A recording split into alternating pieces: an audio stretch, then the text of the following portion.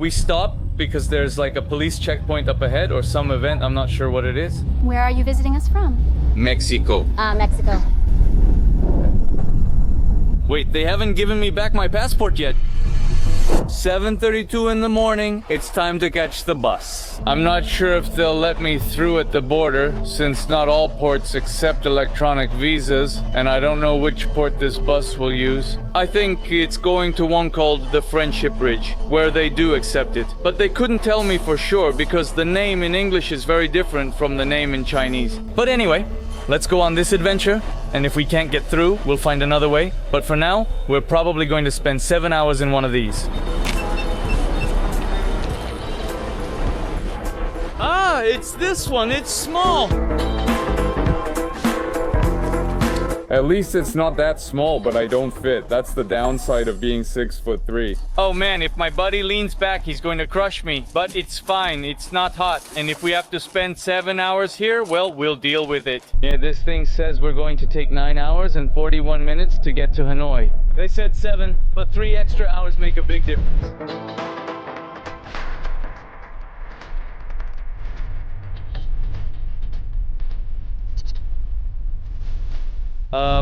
We stopped because there's some kind of police checkpoint up ahead or some event. I don't know what it is, but there's a lot of traffic.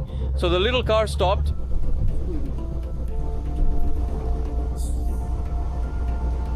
A police officer boarded with a machine gun, helmet, and bulletproof vest. I thought, what's happening? Are they gonna make me get off? Where are you visiting us from? Mexico. Mexico. He collected my passport and those of the Chinese group. Nothing else happened. Wait, they still haven't returned my passport. They stopped the car because of me, but eventually let us through and everything was fine. Hello, would you like to exchange money? Hello? Okay, yes, I'll exchange money. 1 yuan equals about 3,690 dong. I'm going to exchange 500 yuan in cash. Yes.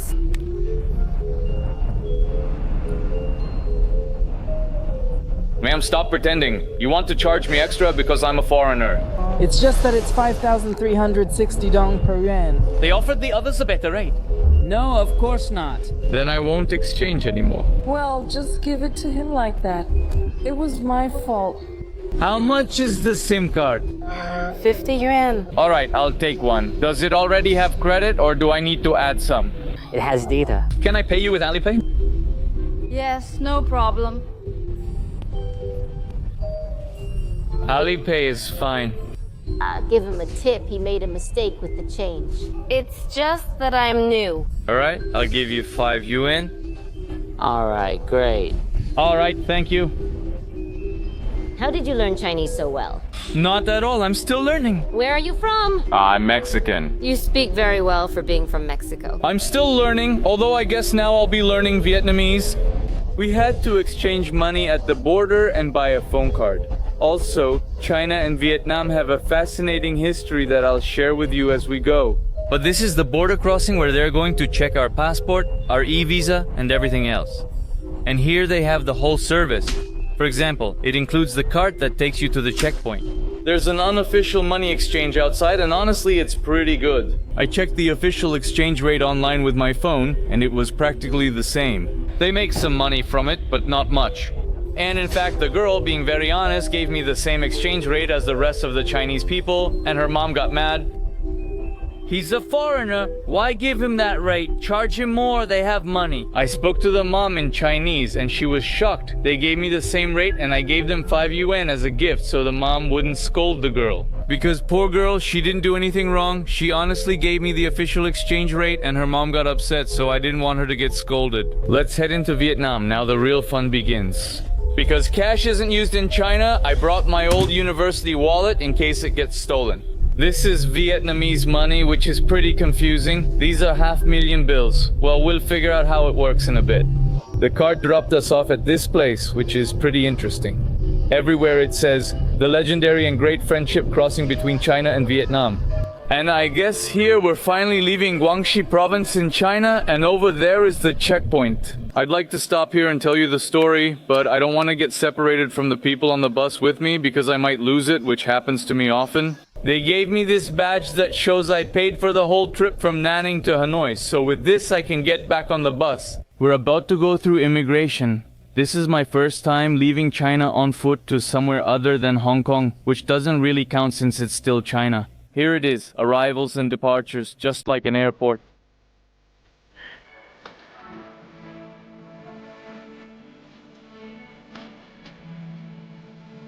Interesting, after passport control in China, there's a duty-free shop just like at airports.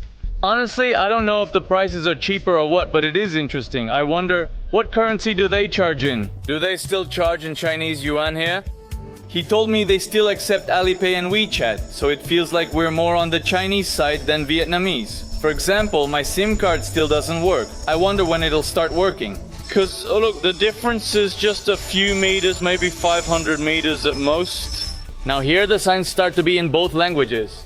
Here is the Vietnamese language, here is the Chinese language. And the wonderful views from the border from where you can see both countries.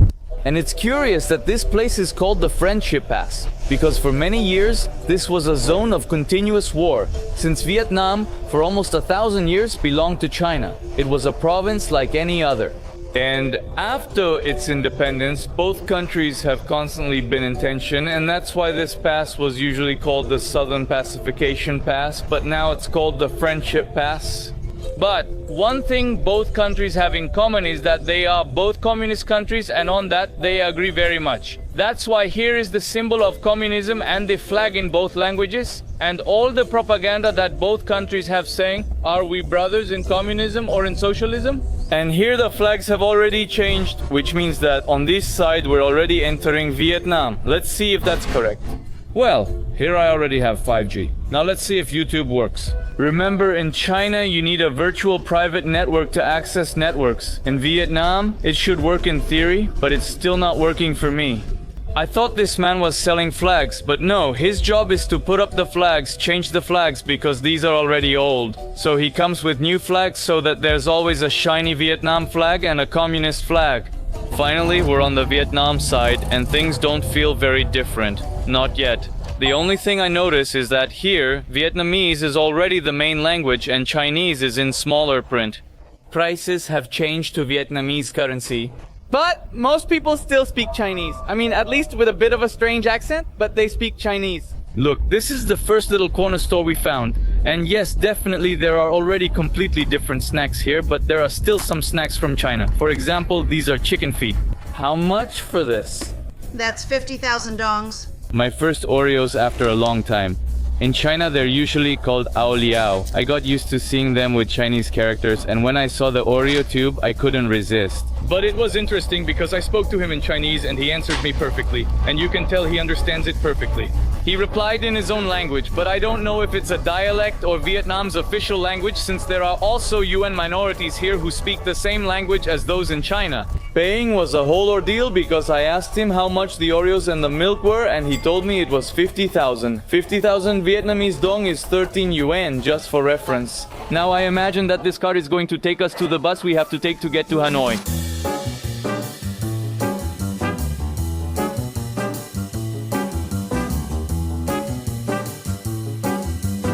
Here you can rent a car or you can take a van that takes you to the city, to Hanoi. But in my case, we already had the package that cost us 80 yuan. I think it's very cheap. It's about 600 or 700 pesos to go from the city of Nanning on a trip of almost 9 hours to the capital of Vietnam, which is Hanoi. It's very affordable. Though a bit tiring, I would have preferred the night train for the experience. But honestly, taking the bus hasn't been bad at all. How wonderful. The internet finally works, and here YouTube works perfectly. So, on the way to Hanoi, I'm going to read the comments, which always make our day much better. We have to wait about 3 or 4 hours for the bus to Hanoi. This smaller bus is better, and we got a good front spot, which is great since there are still 3 hours left. Excuse me, how much to Hanoi? Well, now it's really going to be a challenge to communicate because from now on, nobody speaks Chinese anymore, I think.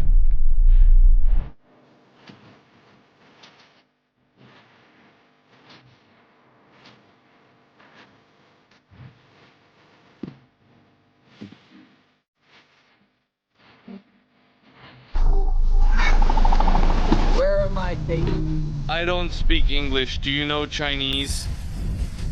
Where are you going? I can walk. It's no problem. So, no motor taxi? Not right now, sir. Thank you.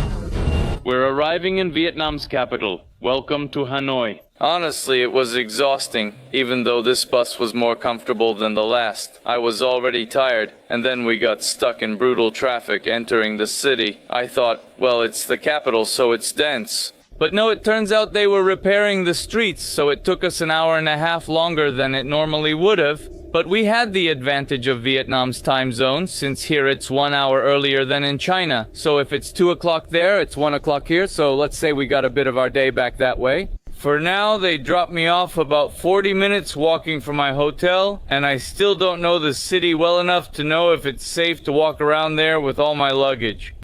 Or would it be better to take a taxi? Out there were a lot of people offering me motorcycle rides, but I understand that here it's better to take a Grab, which is like the local Uber. Because they have fixed rates, so you can know how much you're paying without being afraid of getting scammed. But I have to say, I'm surprised by how common motorcycles are in this city. I had heard about it before, but seeing it is something completely different. Mad Monkey, okay. How much? 50,000 dongs. What? This is what a Grab costs. Do you accept or not? Okay. Are you sure this is the price, right? 100,000 dongs. No, of course not. I better pay you right away. 50,000 dongs, right? Then I'll pay you first. Well, that's how the adventure in Vietnam begins. I'm not sure it's the best idea in such a chaotic place. Honestly, I'm a little scared, but I really need to use the bathroom, and the Grab was going to take 10 minutes, so my buddy offered to take us for the same amount of money as the Grab. Things are going well. I'm surprised my buddy understood me in Chinese and used his phone to translate what he couldn't. We've understood each other perfectly so far. It's amazing how many Chinese tourists there are and people are learning Chinese to sell to them. He was surprised when I spoke Chinese since he was talking to me in English. He must think, I spent so long learning English and now this guy speaks to me in Chinese.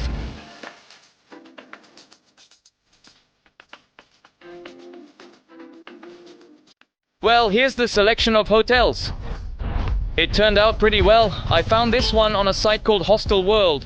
It's called Mad Monkey, and it seems to be really famous because they designed a route called the Jantien Loop or something like that, which is a motorcycle route around Vietnam, and it looks like it started here. So it's really good, and it's incredible how much the bed costs here. It's 140 Mexican pesos, which includes free beer and breakfast, and it has really good reviews. So it must be pretty good. Now I'll show you what it's like to sleep in a hostel.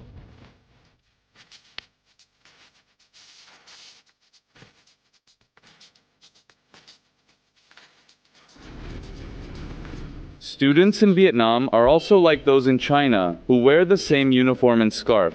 In China, kids usually wear the same uniform throughout the province or the whole city. They even sell it in supermarkets, and they also wear a little scarf that shows they're students. Apparently that's also kept here. The kids get out of school at 3 in the afternoon. I think that's similar to Mexico. I remember getting out at that time too. The thing is, here the kids, look, they go by themselves. No one comes to pick them up, and they walk through these alleys that you might think are dangerous and that they could get run over, but no.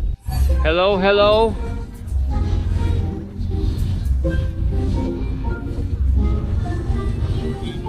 Do you know how to speak Chinese? Oh, I don't think so. Kids are cool, but there's no way to communicate. Whether you speak Chinese to them or not, they have no idea. Maybe you have to learn the local language. Hello? Hello? YouTube! Kids like cameras, and keep in mind that here there is YouTube. Unlike China, kids in Vietnam have access to blogs and probably watch a lot of travel vlogs from people who come to Vietnam. Because it's a very popular country for backpackers, and I imagine they want to see themselves on YouTube. Look, these are like Zongzi. What is that?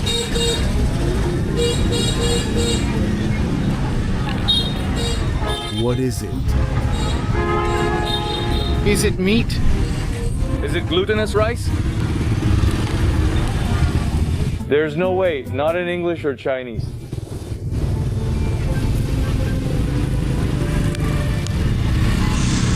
But what is it? I have no idea what I just bought, but it resembles zongzi from China, which is glutinous rice wrapped similarly to karandas. However, when opened, it doesn't look the same. It's gelatinous, and I still don't know what it is, but I'll try it.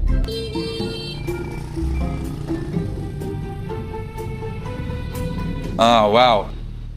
I'm confused. It's like gelatinous rice with an egg flavor and a bit of sugar. I didn't like it much, probably because it's too watery, but you should still try it. It's not bad, just hard for me to eat. If anyone knows what it is, let me know in the comments. I have no idea.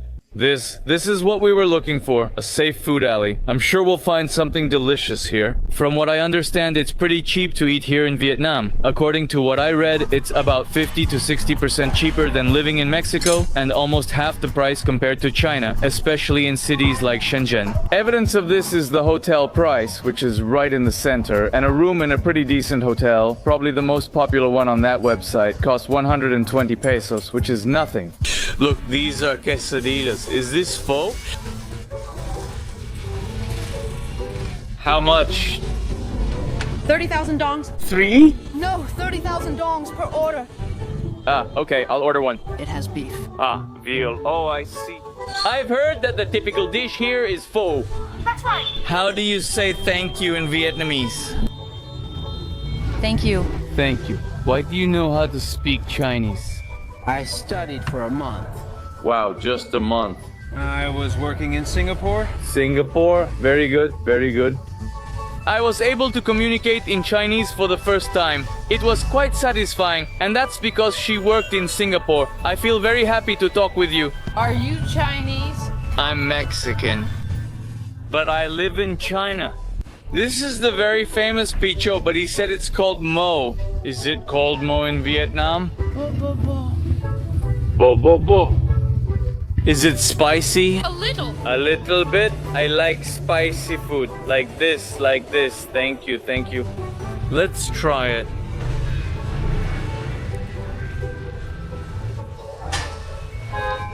Very tasty. Did you like it?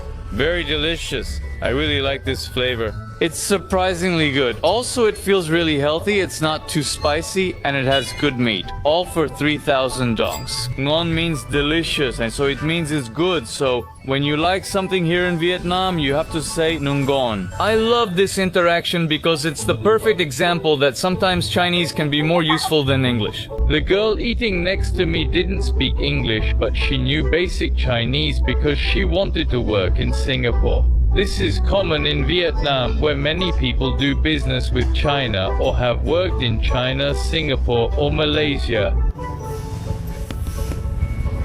Spicy? It's not spicy, it's really good. In Mexico, we have something that in other places would be called empanadas, but in Mexico we call them dobladitas or quesadillas. And this one is filled with what seems to be pork, but I'm not sure, but it's really good anyway.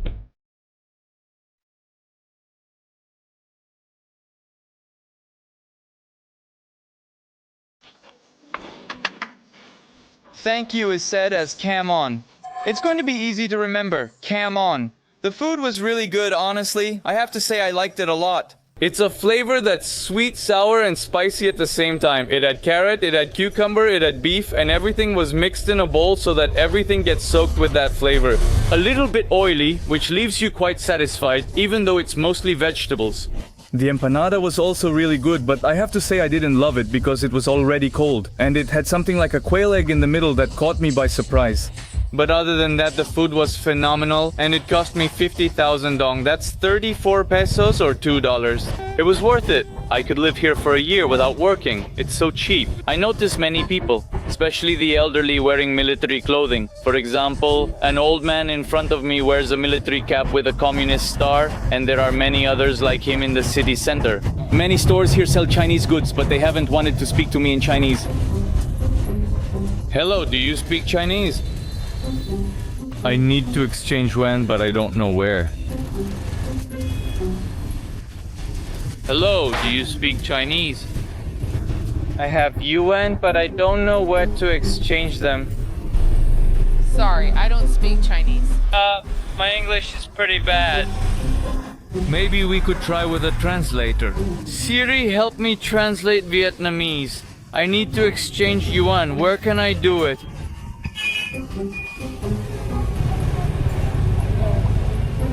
Oh!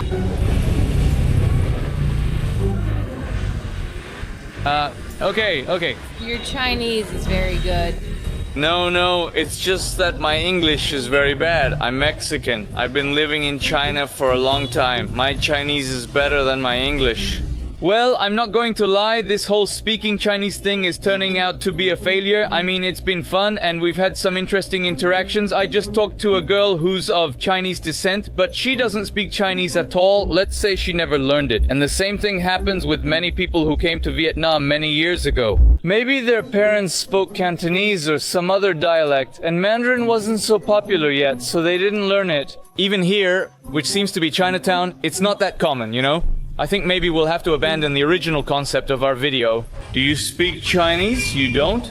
I just thought you might because I saw you recording mooncakes, no? Forget it, sorry. On the streets, you find a lot of temples and Chinese symbols. For example, back there it was like, I don't know if it's officially called Chinatown, but all the stores were selling traditional items for celebrations, like Chinese New Year. Here on the street across, they also have a traditional temple with Chinese characters and dragon symbols and all that. But it's true that Mandarin itself isn't that prevalent around here. Look how cool, they eat xiaokao just like in China. How much is the skewer? 10,000 dongs. And the bread too. 10,000 too, take it or leave it. But I want bread. Brother, they don't speak Chinese, they're Vietnamese. My English is very bad, I can't speak very well. My Chinese is much better than my English. I don't speak English. How do you know how to speak Chinese? It's because I live in China. In which part? In Shenzhen. Oh, I live in Guangzhou. Guangzhou? Then we're neighbors. My English is so bad I'm embarrassed to speak. What do you do for work? In export, but it's from Shenzhen to Mexico. Wow, I also work in exports. Really? Yes. I'm in Vietnam acting as a translator for this foreigner. He doesn't speak English, so I'm translating from Chinese to Vietnamese for him. He's my friend Max from Mexico. I'm not used to hearing Chinese anymore. When I heard you speaking Chinese, I thought I was imagining it. Something really curious happened. I was trying to order in Chinese, but the owner of that restaurant really didn't like it at all, honestly. I even felt she was a little offended because I tried to ask her, "How much is this sandwich?" And she answered me in English. I told her I didn't speak English well and replied in Chinese. Then a guy eating nearby looked surprised and said, "Hey, this isn't China. They speak Vietnamese here." I replied in Chinese, "Yes, I know. I just don't speak English well." And then he started laughing and said, "I can't believe it." He said, "I'll help you." So I spoke to him in Chinese and he ordered in English and he found it really funny. He was cracking up because he couldn't believe he was translating for a foreigner who speaks Chinese. So if you speak Chinese, someone can always help you because they're everywhere. This sandwich was definitely worth it. Really good. It has cream, 2 or 3 sausage sticks, and while it doesn't beat the sandwiches from Mexico, it's tasty. It's wild crossing these streets and watching the kids do it. All the kids are coming out of school and crossing the roundabout, which is full of cars and motorcycles, and they're not afraid of anything. Something I'm noticing a lot throughout the city is that the buildings are pretty narrow, like this one right here in front of me. There are a lot like that. Apparently it's because during the time when Vietnam was colonized by France, the wider your house was, the more taxes you had to pay. So, to avoid paying so much, people built very narrow but very deep houses. That's why some of these buildings are up to 20 meters deep, so families actually have plenty of space, but you can't tell just by looking from the outside. And another very interesting thing is that the buildings are structured in the following way. The first floor is always a business, and the rest of the building is used as family housing. Because of this, people don't have to pay rent for their businesses, since they open them in the same place where they live, and that reduces their costs. I'm searching for the famous train or train street, which should be nearby according to my map, but I can't find it. Here, any space is good for parking a motorcycle. It really reminds me of downtown Shenzhen, especially Huaqiang Bay, which is where the technology plaza is. The difference is that here they're gas motorcycles, while in China they're electric motorcycles, and nowadays they're much more compact than they used to be, so a lot more can fit. On the other hand, these are heavier, they're wider, and they take up more space, and they also have to be more careful because I imagine they're more delicate when they have a gas engine. But at least, the city is more or less well designed because they have special lanes for motorcycles, which is something that doesn't happen in Shenzhen. We're arriving at the very famous train street, and around here there are a lot of people who come up to you to tell you that the train has already passed and there won't be another one today, so they can take you to a place where it will pass. I'm not sure, it seems suspicious. I'd rather wait here, have a drink, and see if the train passes. If not, I'll check at the hotel and return tomorrow. It's happened to me in Thailand where they say, no, the temple is closed today, I can take you to a nicer one. Suddenly, they charge a fortune to take you just 10 minutes away. So, you need to be careful. And on my first day, I definitely don't want to get scammed. While we wait for the train, let me explain why I chose to visit Vietnam instead of other Southeast Asian countries like Thailand, Cambodia, or Laos. And that's because this country has a really interesting history, which is the perfect reflection of resilience and endurance. Since its origins, Vietnam has constantly fought for its freedom. And it all begins with 900 years of Chinese rule. Back then, Vietnam was just another province of the Chinese Empire, and they even used the same currency and had the same political and legal system as the rest of the country. However, after 900 and some years, Vietnam achieved its independence and what is known today as the local culture began to emerge. But then the French arrived. Back then, all of Europe was searching for new colonies since it was the expansionist imperialist period, during which they wanted to conquer territories rich in resources. And in the case of Vietnam, they had rice, they had rubber, they had cheap labor, and that was something France really needed. And as a result, France dominated Vietnamese territory for about 100 years. Ironically, the only reason Vietnam managed to get rid of them was because of a new invasion, but this time from Japan. This happened because at that time France was fighting in World War II and was quite weakened, so Japan took advantage of this to come and occupy Vietnamese territory. However, the Japanese occupation only lasted a few months, because shortly after they had to surrender in World War II to the Allies. And for the first time in a very long time, Vietnam was left without an official government. And that's when Ho Chi Minh appeared, who is probably the most important historical figure in Vietnam, since he was a young man who at the time became very interested in the ideologies of Karl Marx, that is, in communism.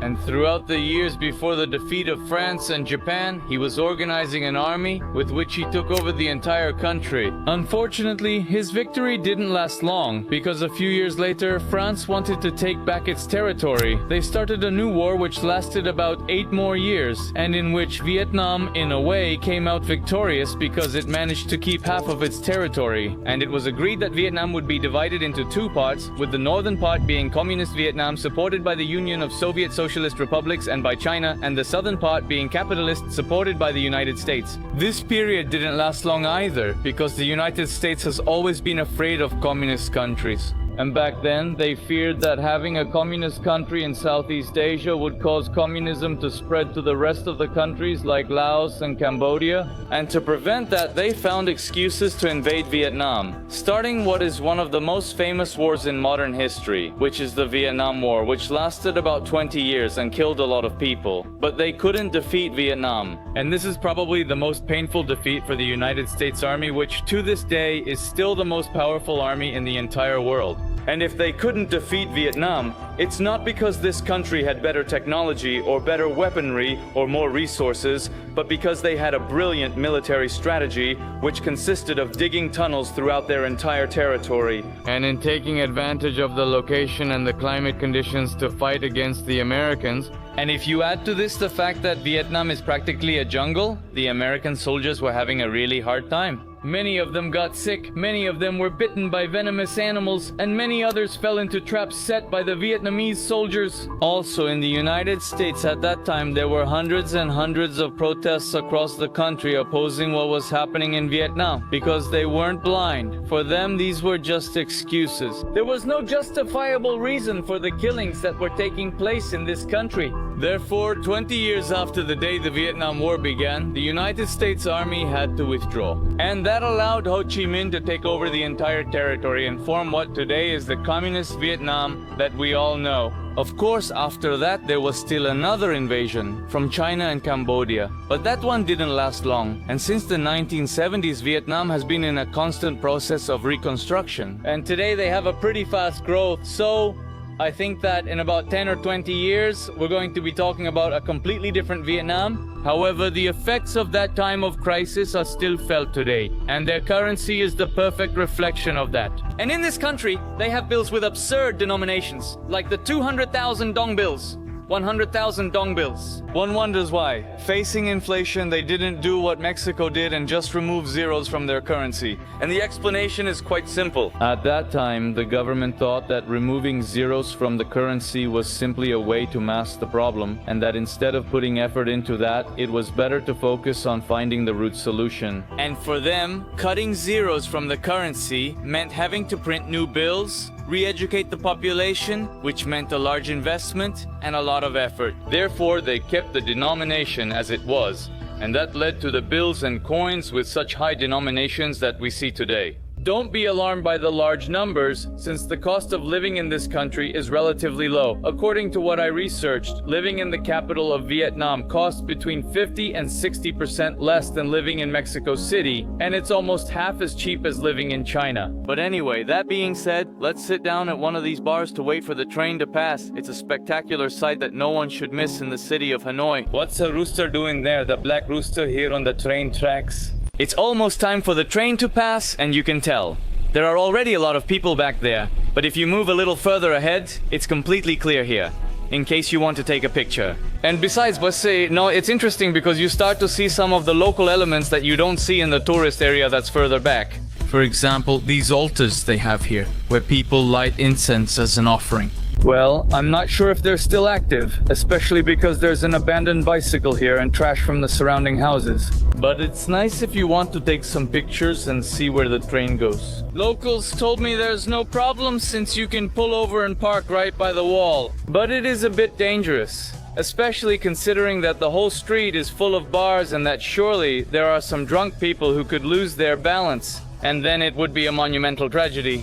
But anyway, now I'm going to find a little bar with a good view, because they say you can't miss this experience. Suddenly, the street gets much more crowded. I've been here half the day and the train still hasn't come. Supposedly, we'll have 3 trains today. One at 7, one at 7:15, and one around 8. So we're going to be able to record from several angles. And this isn't the only one. You can sit here on the train tracks to watch one, and then you can go up to the terraces, because all these bars have terraces from which you get a completely different perspective. They say it's really worth it. We're waiting for 3 to pass by today. I don't know if that will happen, but it would be interesting to see from different perspectives. But if you come, you have to make sure there are people, because when I arrived there was almost no one, and that means the train won't pass. Pay attention or you'll waste half the day here like I did. Now, there's a trick that's used a lot here in Vietnam to get yourself a souvenir, and it's that you take your beer caps and put them on the train. The train crushes them and you get a souvenir coin. I'm not sure if it works, but we'll test it. Here's one. He told me, alternate them so it looks nice. These are all local beers, so we'll put them there and see if the train takes them. It looks like the train is really coming now. The whistles and bells have started and people are starting to get excited. Please step back. The lady with the whistle warns people to move because it passes extremely close, just 10 centimeters. If you stand where the fixed stone meets the loose stone, it will brush right past your face. And something really curious is that here they don't tell you the exact time the train will pass, because the longer you stay here, the more money the owners of the local bars and restaurants make. And in my case, I've been waiting for about 3 or 4 hours for the train to pass. Be careful, don't go past the cobblestone or you'll get run over. This guy is going to put his phone there to see what happens. Finally, the time has come for the train to pass. Let's see how close it gets to me.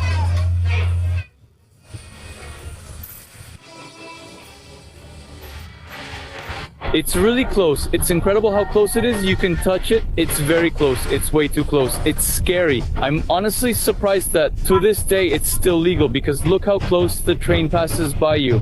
It's wild. If you put your hand out, it'd take it off.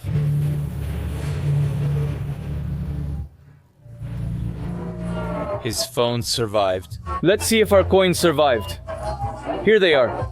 Look at that. It's perfectly flat.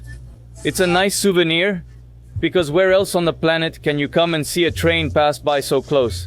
Now that the train has passed, this street is chaotic. You can't walk because taxis, motorcycle taxis, and pedestrians make it impossible to know what might hit you. If you're not careful, it probably will. Boss, what's up? The guys from England left without paying. I just told you about them. What a bunch of rats. It was 300. Did you catch them? Yes, I asked them because it's always people from London who do that. When I caught up with them, they said, well, look, they had forgotten. They think I was born yesterday. Are they from London? Yes. Oh, I'm sorry about that.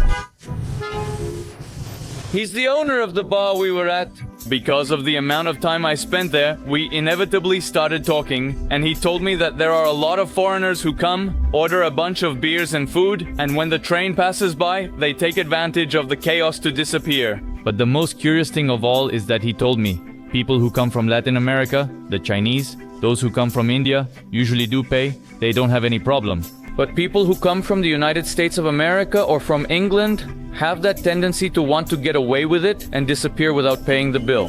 Which I find unfortunate because you would think they are people who have money, who earn much more in their countries and who have the ability to pay for a beer because in reality it's a very cheap country, it's a very affordable country. We're talking about a beer costing about $1, $1.50 at most in a very nice place. And people leave without paying. So I completely understand. He really makes money when the train passes by, and the fact that people disappear without paying, well, I do think that's really rude. Poor owner. Today we're going to take a night train to get to the city of Da Nang. And so far Vietnam has been wonderful, except that yesterday my wallet was stolen. The biggest problem is that my card was in there, so from now on I can't withdraw any money, and that's the reason why I'm shortening my stay in Hanoi. Originally I planned to stay 2 or 3 days, but now that I don't have my wallet, I have to leave in a hurry. Here's my ticket, and I lost 1.5 million dong out of the 3 million I had left. I have to save as much as possible, so I'll have to eat nothing.